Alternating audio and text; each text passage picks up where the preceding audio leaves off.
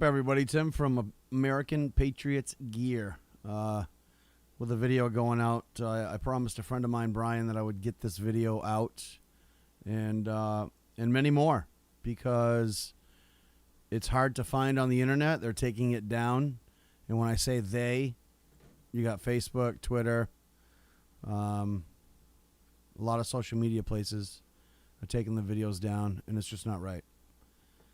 So I don't know if you got vaccinated, but you might want to think twice before you do if you have not yet.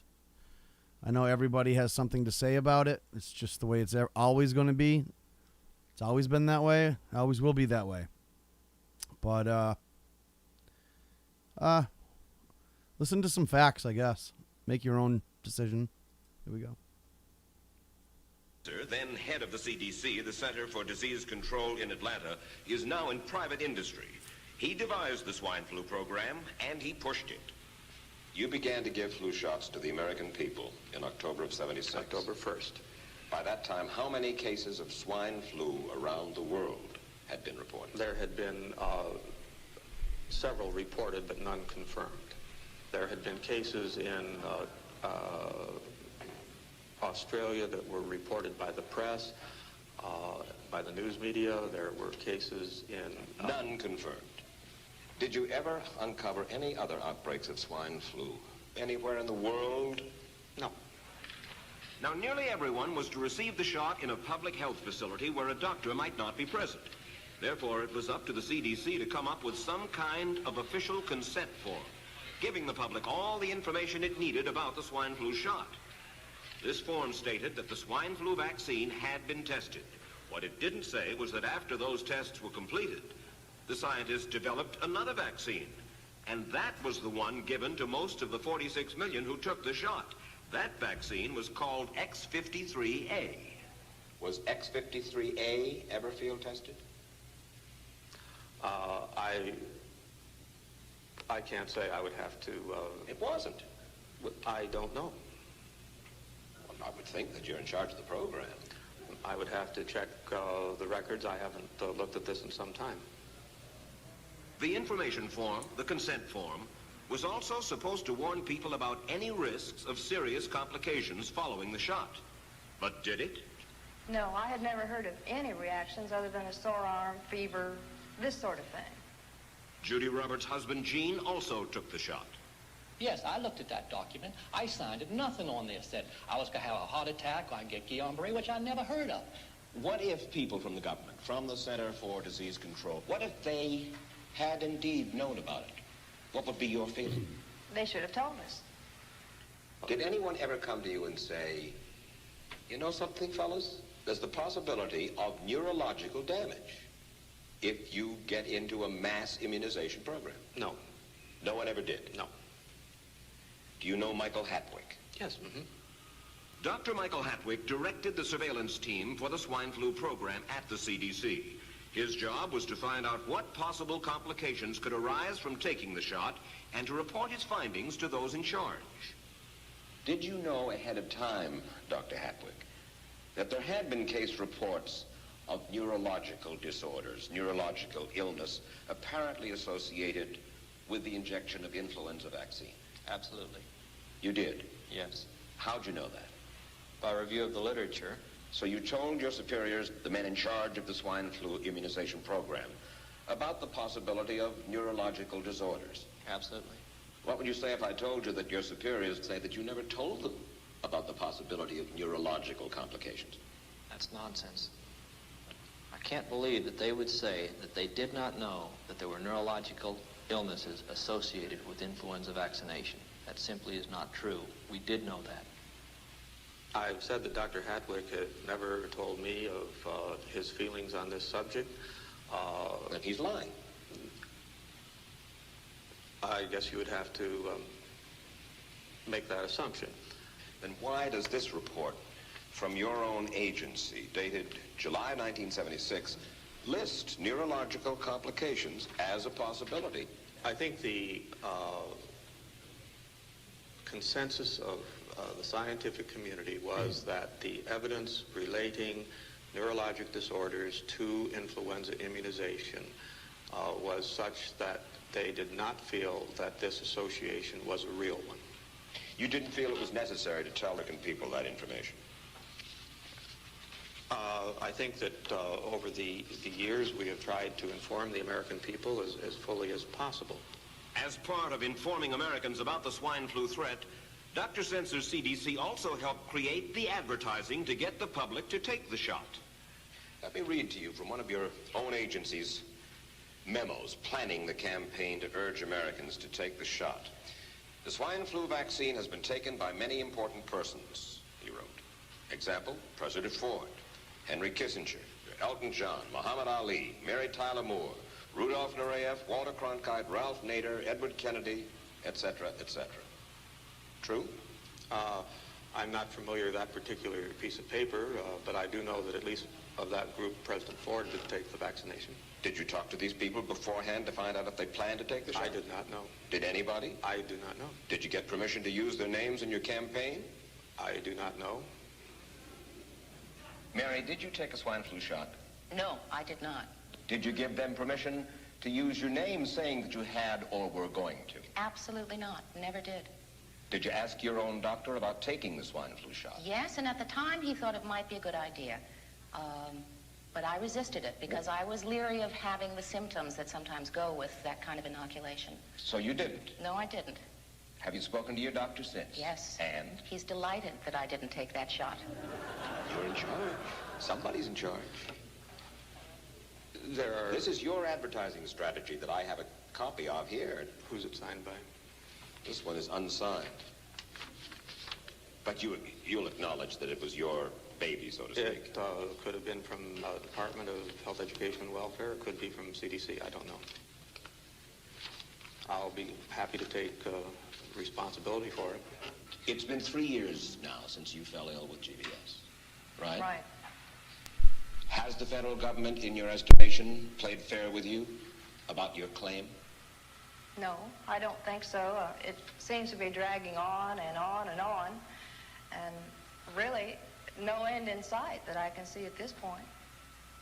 With respect to the cases of Guillain-Barré, allegedly... Former Secretary of HEW Joseph Califano, too, was disturbed that there was no end in sight. So a year and a half ago, he promised that Uncle Sam would cut the bureaucratic red tape for victims suffering from GBS and would pay up quickly. We shouldn't hold them to an impossible or too difficult standard of proving that they were hurt. Even if we pay a few people a few $1,000s that might not have deserved it, I think justice requires that we promptly pay those people who do deserve it. Who's making the decision to be so hard-nosed about settling? Well, I assume the Justice Department is.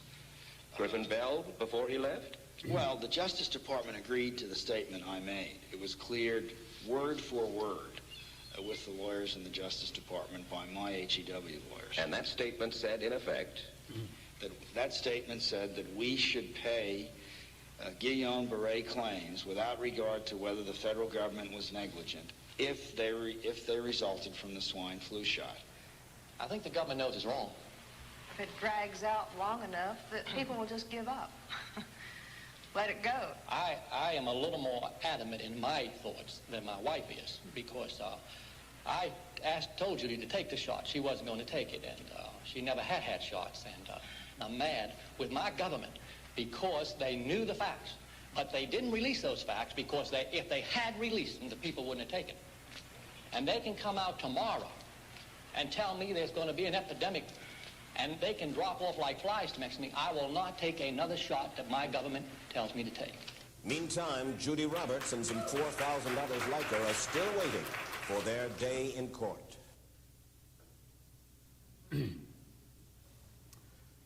My understanding is that video is getting extremely hard to find on the internet. I thought you would like to see it in its entirety, and I think now it's back on the internet.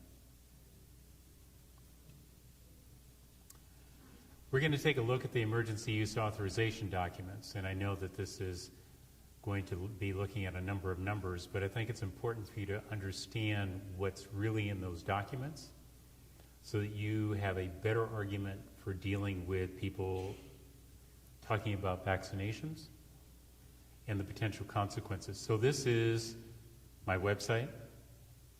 And if you actually go to this website now, you can go to More and go to Documents.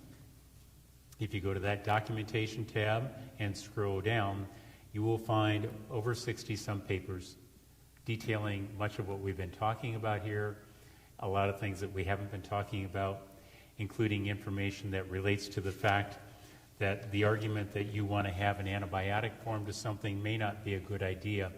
In fact, strep throat is something that people frequently have. It's a bacterial infection caused by Streptococcus pneumoniae. It's got white plaques in the back of the throat, and when you come to see us as physicians, we put you on antibiotics. And the purpose for that is to, one, get you healthier faster, and secondly, so you don't form antibodies.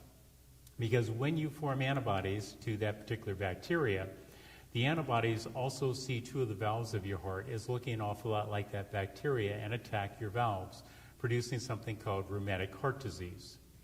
That is not a good thing, because it will eventually result in you needing a valve replacement. Last year, the Osaka Japanese group published a paper that's on this website talking about antibody-dependent enhancement. Now, in the past, what that's meant is you make antibodies to something and it increases the blood clotting. This is brand new. This antibody-dependent enhancement attaches to part of that spike protein called the N-terminal. And when it does it, it opens up the spike protein to make it more infective. And they discovered that part of the reasons why people in hospitals were not doing better even when they made antibodies is because the antibodies they made might have too much antibody to the N-terminal domain. So just because you can make an antibody doesn't mean it's the right thing to do, which raises questions about vaccinations for the number of people to get them to make antibodies. The goal shouldn't be so much to try to prime you for when you get infected, but to treat you when you get infected and to treat the inflammothrombotic response if you get COVID-19. There's a lot of terms used about the efficacy of vaccines, and you should know three terms. The relative risk reduction. This is what you've heard so much about, the 95%, the 94%, the 65%. This is how many people got diagnosed with COVID in the vaccinated group versus the people who got diagnosed with COVID in the non-vaccinated group. There's a more important term for you to understand, and that's absolute risk reduction, which is a comparison of those groups that says, what's the real difference between those groups? And we're going to look at those numbers as well. And then there's the number needed to vaccinate, which is how many people would you have to vaccinate to try to reduce one person from being diagnosed with COVID. These are what you hear about. So what does vaccine efficacy mean? It really means, when they're saying this number, that they're looking at the number of people who got vaccinated and then were diagnosed with COVID. This is one example from Pfizer. Compared to the people who did not get vaccinated who got diagnosed with COVID. And when you do the math, it gives you 0.05. 1 minus that number tells you vaccine efficacy. You multiply it by 100, it gets you %. So how did they decide who made the diagnosis of COVID? Well, you had to have two things. You had to have a positive PCR test, and you had to have a set of symptoms. Now, Pfizer's group is that group. The symptoms that are there are the same symptoms you would get with any infection. Viral, bacterial, fungal, tuberculosis, and in some cases, cancer. It's not very discriminating. Moderna, same problem, same issue. Again, I know they're small. You can download them, read through them. They're what you would normally have for symptoms. Aches and pains, muscle discomfort, diarrhea, cough, runny nose, that type of thing. Your body's letting you know something's wrong. And Janssen. This is Johnson & Johnson. The company that makes it is Janssen. That's why I refer to it. This is a Belgium company, which, by the way, Belgium pulled this from the market. So, You got those two things, you get a diagnosis of COVID. So let's look at the actual emergency use authorization documents. And if we look at Pfizer's to begin with, and we do what they just asked us to do for vaccine efficacy, you'll find in the confirmed cases that 8 people who got vaccinated were diagnosed with COVID. Okay? That's crazy. Absolutely crazy. Did you hear that? They discontinued it. They threw it out. But yet we have the Johnson & Johnson. It's unfortunate. I know a few buddies of mine that have taken it and told me just last week they wish they hadn't. Was he forced to? I don't know. I have no idea. But let's listen into this one. In the non-vaccinated group, 162 got diagnosed with COVID. And you do the math, and it comes up with a 95% efficacy. But you're not asking how often you're going to get COVID. Your question is, will it prevent me from getting diagnosed with COVID? Will it prevent me from dying from COVID? So let's look at the data. Their data, not mine. If we ask for confirmed COVID cases, you'll see that in the vaccinated group for Pfizer, there were 17,411 people. There you go. 8 people were diagnosed with COVID, which leaves you with 17,403. It gives you a value. Non-vaccinated, there were 17,511. 162 were diagnosed with COVID, which leaves you with 17,349 who did not develop COVID. Those are the numbers. If you're a scientist like me, you don't just look at those numbers, you statistically analyze them to ask a question, is there any real difference between those two groups? And it turns out that when you do that, there's not. It's not statistically different. But looking at that more important number, what was the absolute risk reduction? Well, remember this? 0.93 minus the difference in those vaccinated gives you an actual absolute risk reduction of 0.88%. If you ask if it cut down on the risk of death, well, here's the data. Page 41, Pfizer had 2 deaths, no vaccine group had 4. And what does this say? There is no statistically significant difference in the numbers of deaths, and they represent what is seen in the general population. So Pfizer, no statistical difference whether you got vaccinated or not, and no change in deaths. Let's look at Moderna and do the same thing. These are the emergency use document presented to the FDA that resulted in them being granted EUA clearance. COVID diagnosis, 11 people with COVID in the vaccinated group. Whoops, back that up. Richard, not so fast. In the non-vaccinated group, 185 over here gives you a vaccine efficacy of 94%. Okay? Same thing we do with Pfizer. Now let's look at the likelihood that it's not going to cause COVID, because that is, after all, the goal. So in the vaccinated group, there were 13,934 people. There they are. 11 ended up with COVID, which leaves you with 13,923. That's the rate. Non-vaccinated group, 13,883. 185 with COVID, therefore 13,698 did not. It is amazing what you can find if you go into the documents and dig. But you have to dig. Is there differences between those groups? No, there isn't. And more importantly, the absolute risk reduction, you saw 1.33% ended up with COVID diagnosis. That's there, minus 0.08% in the vaccinated group, and your efficacy is 1.25%. The absolute risk reduction. Deaths? Well, here they are. 6 in the Moderna group, 7 in the no vaccine group. And as you can see, again, the statement, there's no statistical difference. And it's what you would expect to see in this many people in the general population. This is my favorite vaccine because it gives us a little bit more view into what's really going on. Because they use 14 days, they use moderate and severe as the definition at 14 days, and at 14 days, also 28, but at 14 days, if we look at their data, 176 in the vaccinated group, COVID diagnosis, 513 in the non-vaccinated group.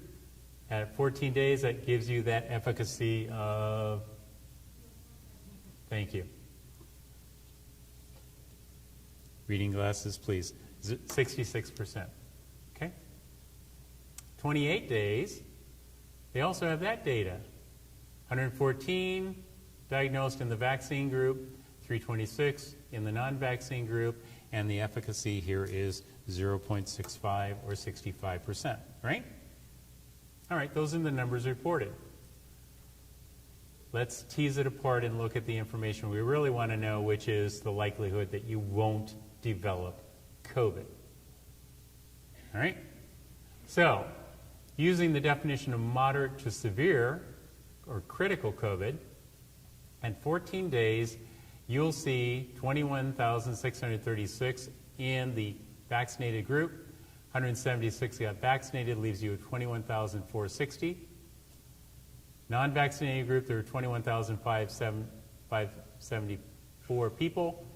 513 got vaccinated, which gives you 21,061 who did not come down with COVID and didn't get vaccinated. If you do the math, lo and behold, this is science, there is a statistically significant difference, 0.05. Okay. Absolute risk reduction, doing the same thing we did before. There's the risk, 2.38% in the non-vaccinated group at 14 days. 2.38 versus the vaccinated group, 0.81 is a 1.57% absolute risk reduction. Let's go one step more further. Let's go to the 28-day data, moderate severe, because they did, after all, report 14 and 28. And bear in mind, the 14-day data is what they got EUA approval with, not the 28-day data. They stopped at 14. If you go to the 28-day data, there were 21,424 in that group, 114 diagnosed with COVID, leaving you with 21,310. The non-vaccinated group, there were 21,199, 326 diagnosed with COVID, 20,873. No longer statistically different. 2 weeks later, gone. Okay? Absolute risk reduction, again, using these numbers, is 1.54% for the non-vaccinated group minus the vaccinated group, 0.53, is a 1.01% absolute risk reduction.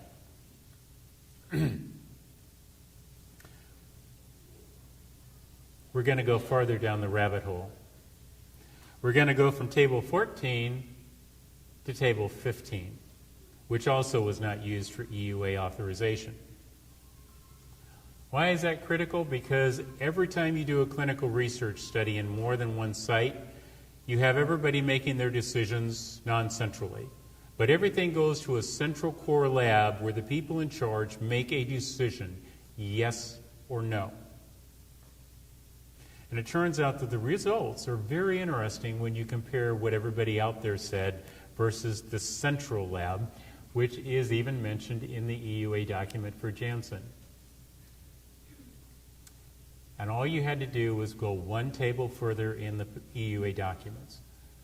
So EUA non-centrally confirmed, looking at moderate to severe critical COVID, versus the centrally confirmed, which not only included moderate and severe critical, but included the mild cases. Here's what really happens when you compare all the things I showed you. In Table 14, non-central lab, moderate and severe, these are the numbers. Go to the centrally confirmed, these are the numbers. Go to centrally confirmed and eliminate mild, because let's be honest, you didn't die with mild COVID. These are the numbers. 32 to 42% drop in the cases for individuals with a diagnosis of COVID when you use the centrally confirmed lab results, which was not used to determine whether the FDA would authorize these drug vaccines. Differences in drug deaths. Well, in the Janssen group 5, 20 in the non-vaccinated group. Here's the interesting thing, I think. I'm going to go back on that because I like it the way I want to do it. Of these 5, 2 of them were unknown. Is Dr. Yan available now? Would everybody mind if we go to Dr. Yan for just a moment and we will come back to this? Is she online now? I'm not sure if we can get this up there, but I want you to introduce yourself to the people and spend a couple minutes telling them what you've been doing and trying to make a difference here. Let's see if this will. Perfect. Okay. Excellent. Go ahead, Dr. Yan. Okay. Hi, everyone. I think you attend Dr. Fleming's It's not on speaker. Oops. Just a second. Sorry. How do I get that on speaker? I need to put you on speaker so we can pick it up on the microphone. Okay, here we go.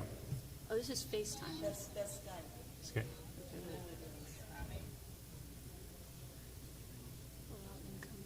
Can we not do it on the computer? It said the signal was too weak. What if you did it here through my Okay. phone? So is this? If you're, wherever it's coming out, if you hold it up against here, I can probably crank it up. Not the. I'm sorry? And the. Here. Try that. Can you speak into that? Let's see if this picks it up. Yes. Hi, everyone. Can you hear me? Nope. They We're can't we're figure trying out. to get a better internet connection for you. Do we have a live speaker, a different one than this one? A what? Well, I've got this, but we're Guy's trying a to get it genius, on but he that. can't figure out how to Okay. get Yes. sound out of a phone.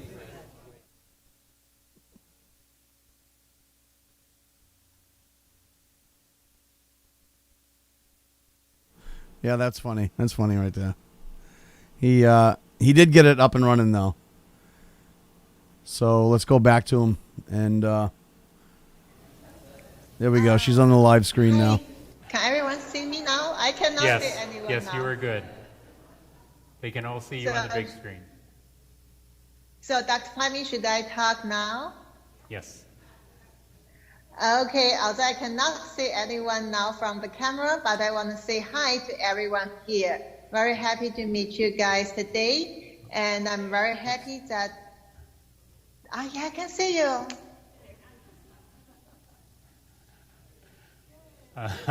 You see me. You need to see the people.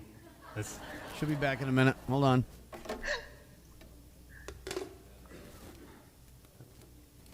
All right, I think she's ready. Hi, everyone. I'm so happy to see you today.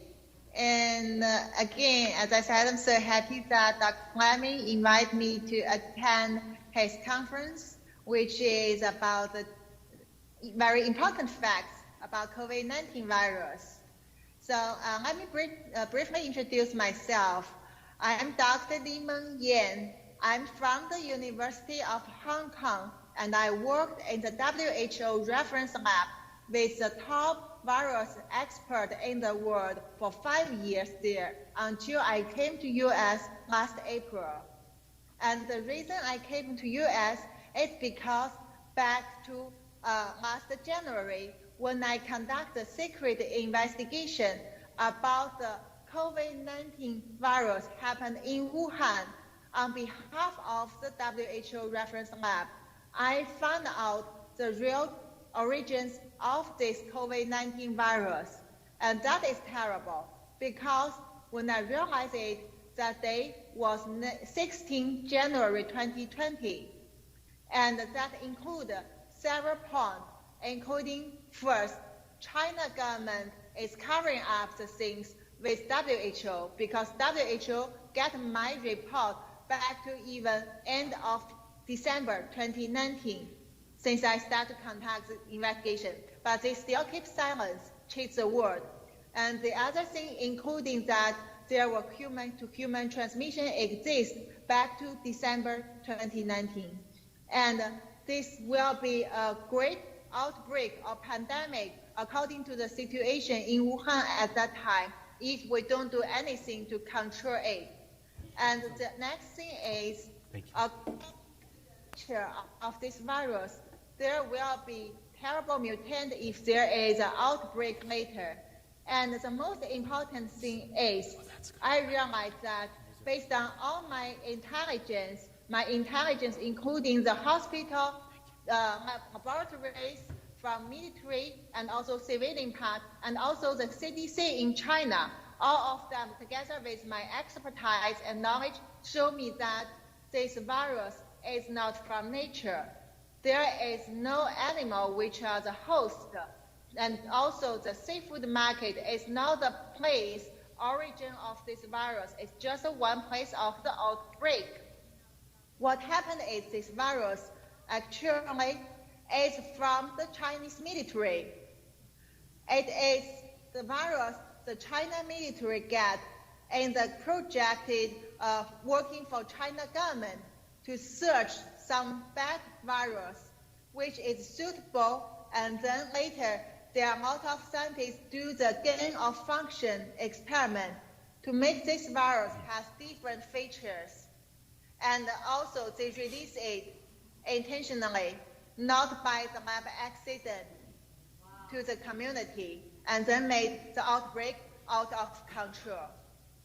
So I deliver all this message to a YouTube I trust in Chinese, which he is based in US, but he's very famous.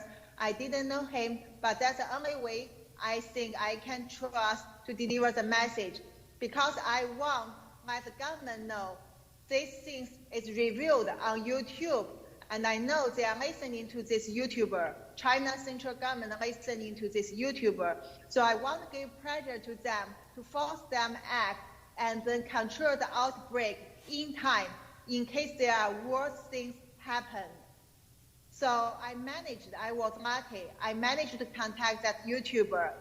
And what I want to do is, at that time, I know I already got warning from my supervisors. They told me the whole issue about this secret investigation should be very careful. Don't cross the red line. That means the invisible red line means any topic China government doesn't want you to talk. Don't touch that, and if not, I will be disappeared. But what I want to do is, before I even get disappeared, I hope the world to know what happened. I hope the action can control it. So after 2 days effort, I let that YouTuber, he is a layman, Mr. Luder, to understand what happened and convince him this important issue. I provide evidence, intelligence evidence, and also scientific evidence. So finally, on 19th January 2020, Mr. Luder delivered my message out. I was anonymously because I was in Hong Kong, and he told it to the world. And immediately after 4 hours, central government in China had a response. So they admit that the cases from 62 to 198, and then later they claim that there are also cases not only in Wuhan, but also other cities in China. Also, they admit that human-to-human transmission exists. And then they upgrade the level of SARS-2 to the top emerging disease, infectious disease in China in the law. And also, 3 I don't know, it days keeps later, lagging. I don't know what the China hell's wrong with it. Lockdown Wuhan.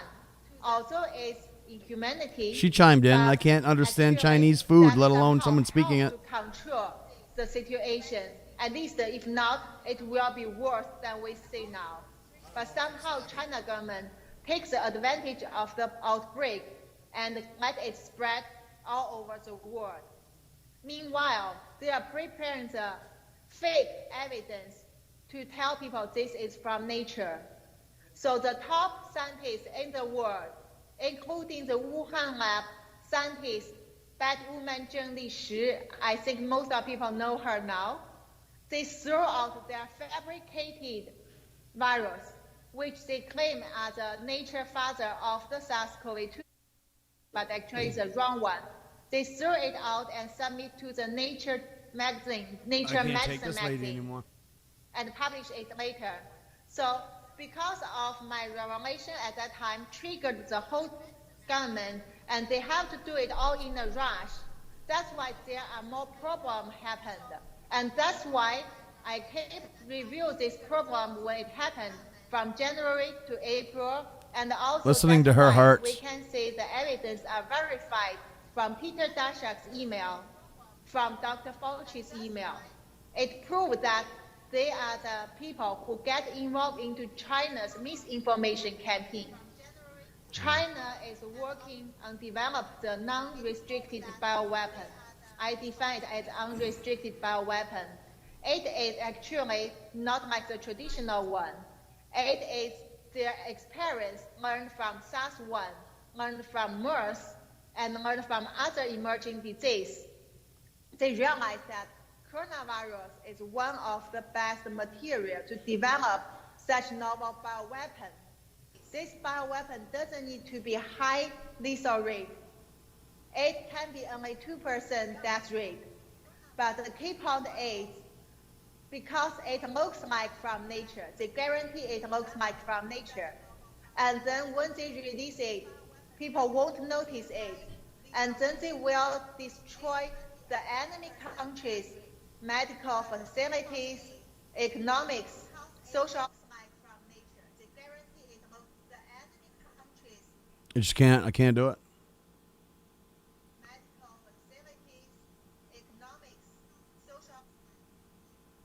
Against efforts to minimize the information that's really getting out there.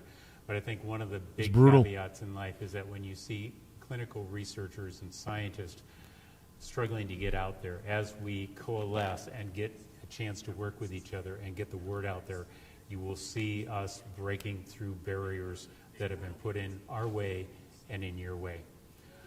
I think you probably remember where we were.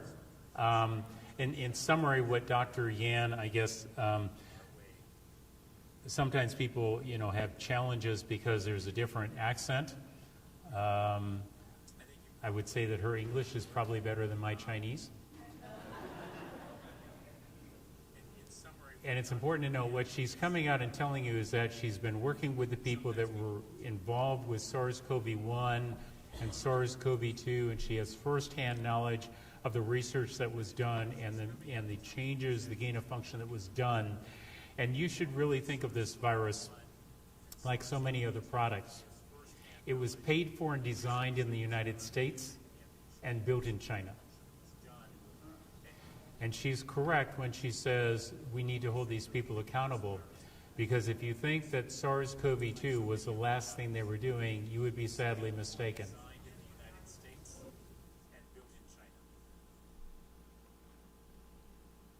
There you have it.